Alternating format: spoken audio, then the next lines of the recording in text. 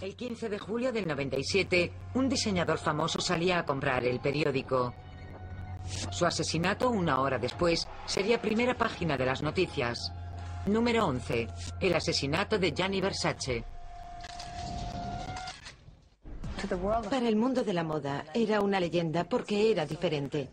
Creó un estilo que no se podía comparar con el de ningún otro diseñador. En verano del 97, Gianni Versace, residente en Miami, era una presencia atrevida e innovadora en el mundo de la moda. El nombre de Versace se había convertido en sinónimo de la alfombra roja de Hollywood. Hizo un montón de cosas divertidas. Siguió muchos caminos que no eran tradicionales. Creo que abrió muchas puertas para que algunos diseñadores se volviesen un poco más locos. Con ventas que superaban los 560 millones de dólares, la vida le sonreía como nunca. Se distinguió de los demás simplemente porque hizo lo que hizo. Nunca hizo cosas para seguir tendencias, sino que lo que hizo se convirtió en muy popular. Pero la mañana del 15 de julio, el mundo de Versace se desmoronó. A las 8:30 de la mañana volvió a casa después de dar un paseo y abrió la puerta de su mansión. Sin previo aviso, un hombre se acercó a Versace y le disparó a quemarropa en la nuca.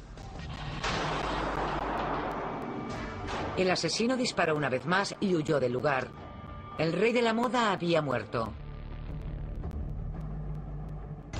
Unos amigos que estaban en su casa salieron y descubrieron el cuerpo sin vida de Versace tendido en un charco de sangre.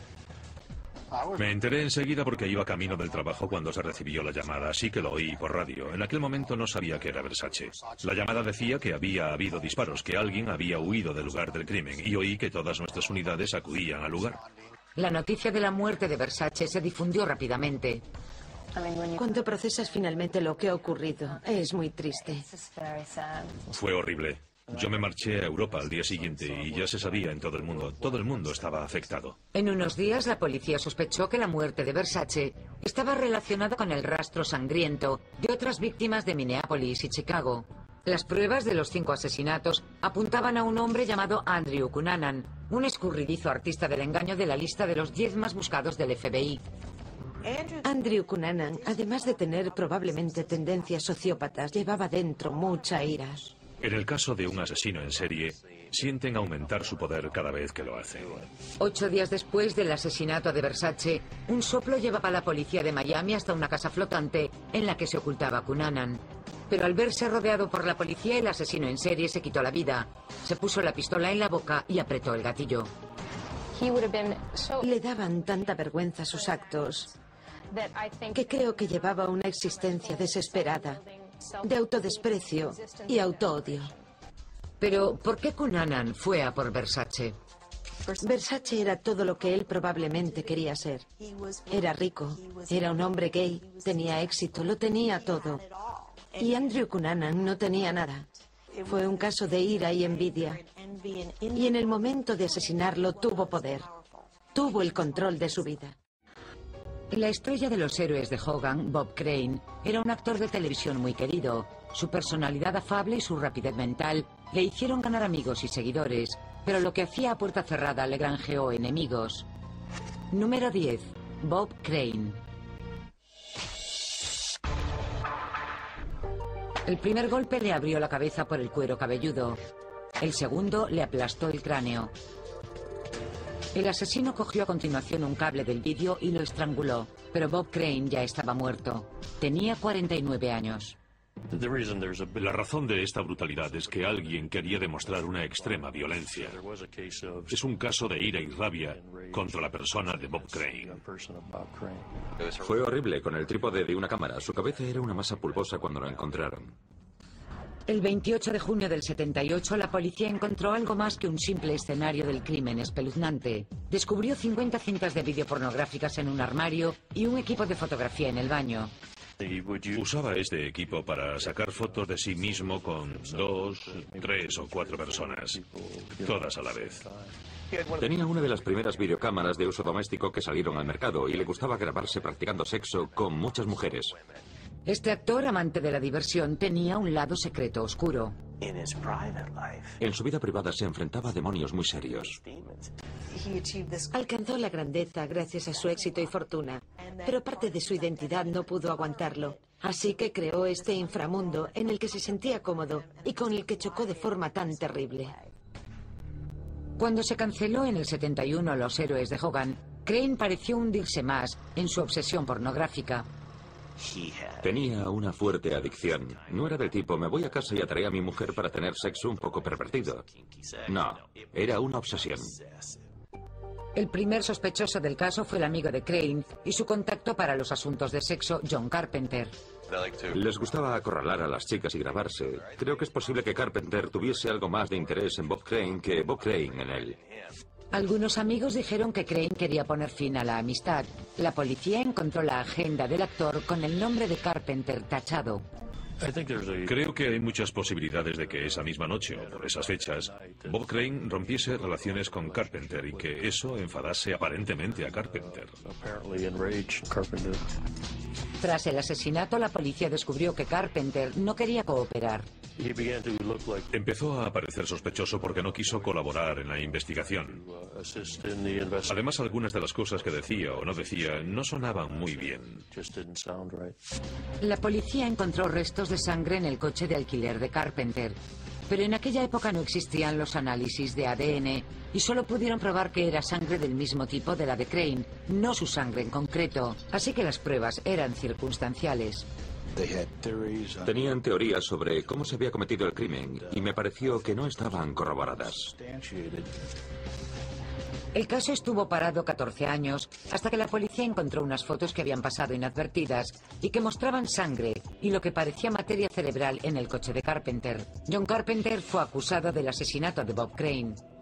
Había sangre dentro del coche del mismo tipo que de la de Crane. Teníamos tejidos en la fotografía que parecía muy similar al tejido aparecido en el escenario del crimen y encontrado en la almohada. Con todas esas cosas pensábamos que convenceríamos al jurado. Las pruebas no eran concluyentes y el 31 de octubre del 94 fue absuelto. Carpenter murió 4 años después, a los 70 años. No hay otros sospechosos y el caso sigue sin resolver.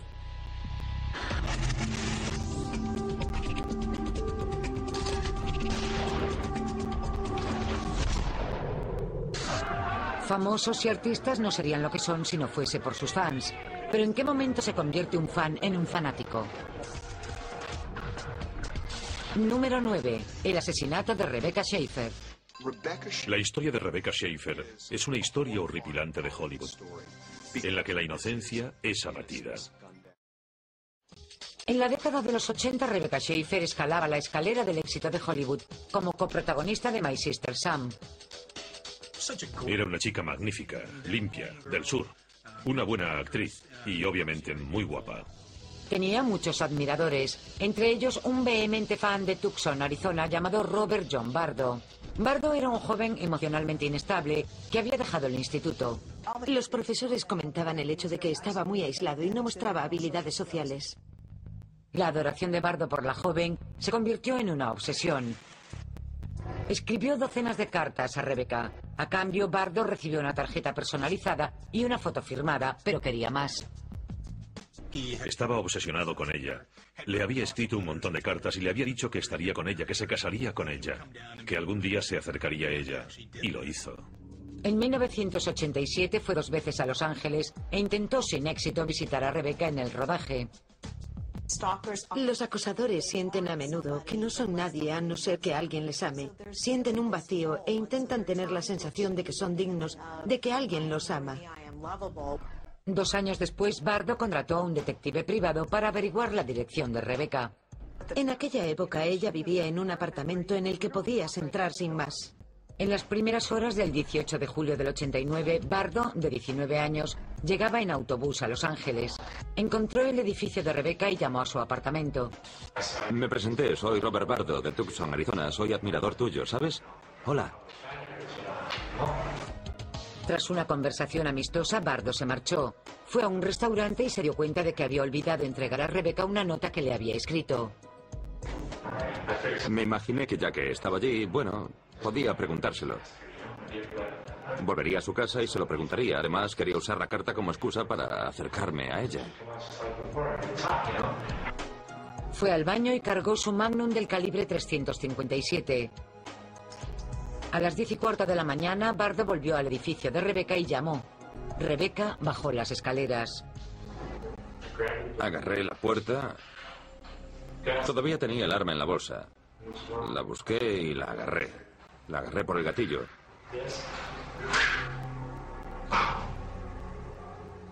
La bala le dio aquí y mucha sangre salpicó.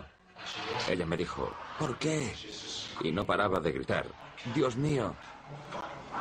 Yo lo hice, la maté, ¿sabes?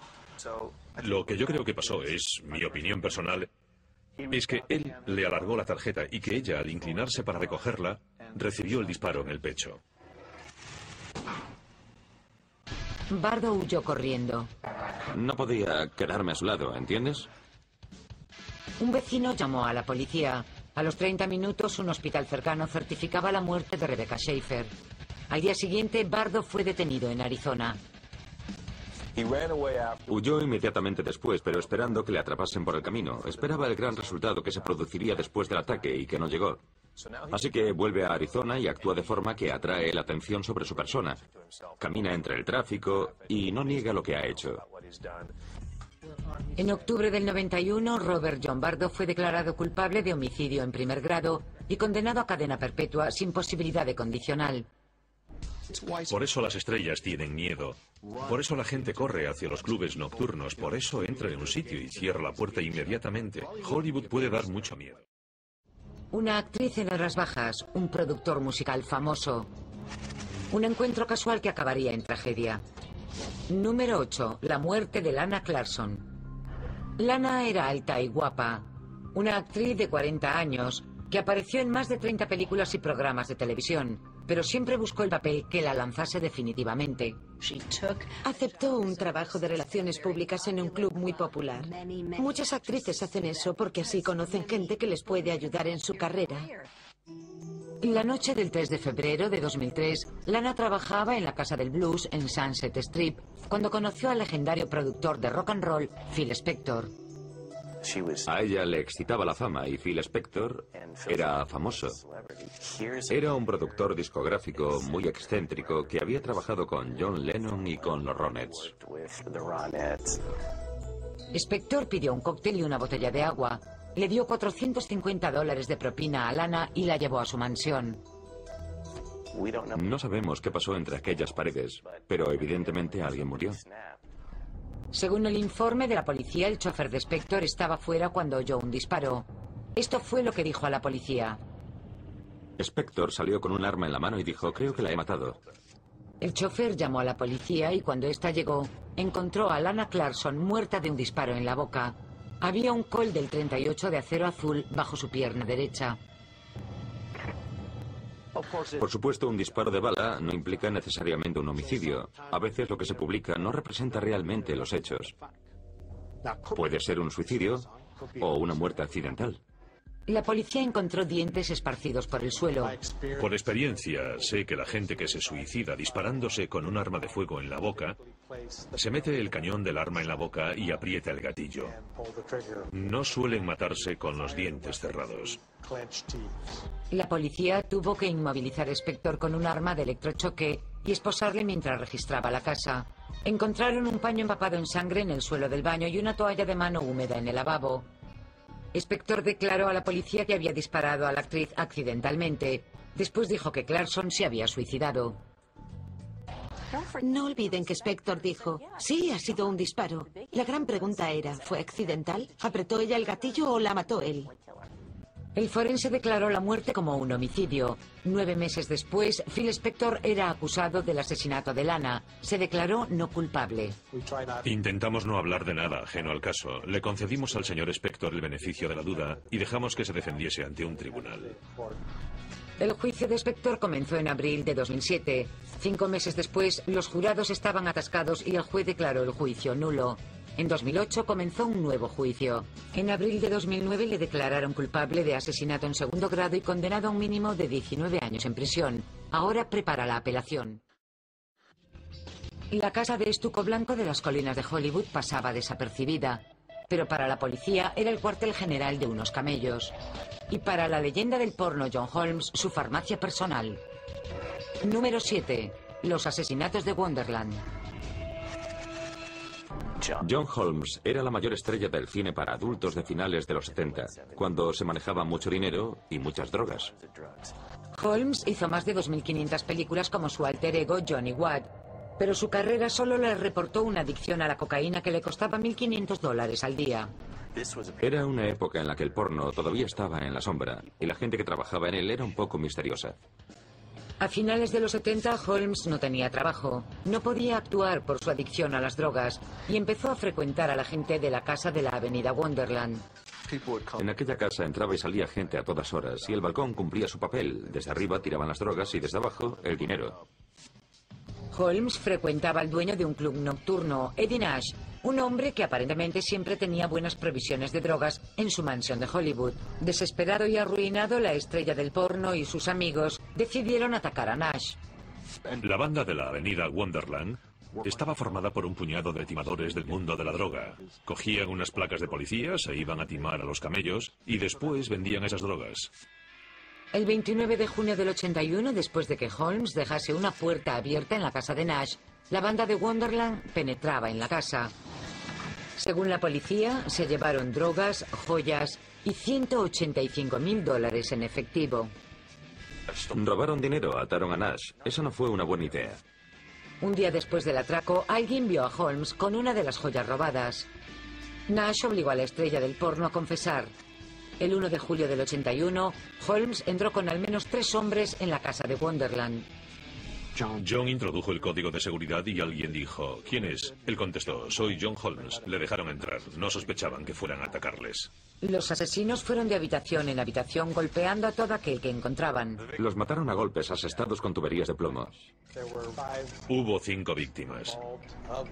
4 murieron a consecuencia de los ataques. Una sobrevivió, aunque sufrió heridas muy graves. Los asesinos fueron tan violentos que al llegar la policía al día siguiente descubrió un escenario espeluznante. Normalmente las heridas más sangrientas que solemos encontrar son las de arma blanca.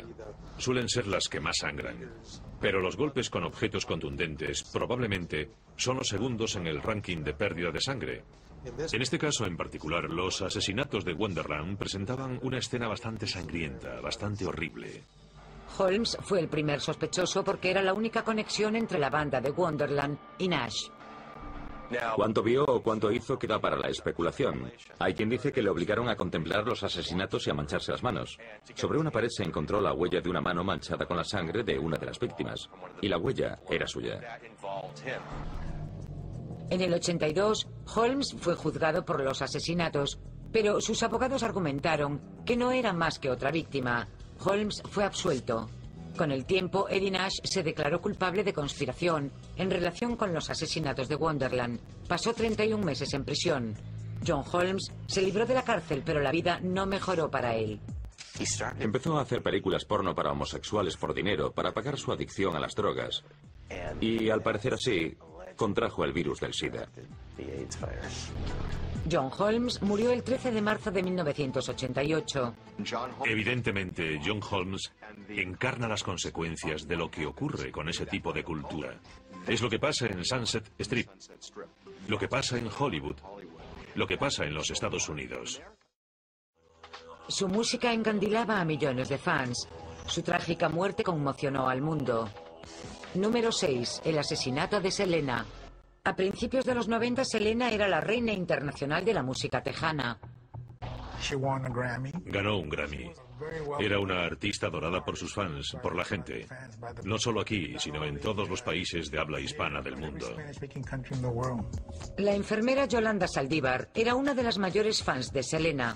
Me explicó que había visto a Selena en un concierto en San Antonio, Texas, y que le encantaba su música. Y me preguntó si teníamos algún club de fans en San Antonio. Le dije que no, y me pidió permiso para fundar uno. En el 94, Yolanda ya era la presidenta del club de fans de Selena en San Antonio. Además, trabajaba como contable para la empresa de Selena en Corpus Christi, Texas. Cuando era presidenta del club de fans, estaba lo bastante lejos como para admirar a Selena.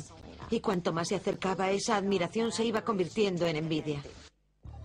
En marzo del 95, el padre de Selena despidió a Yolanda, acusándola de malversación.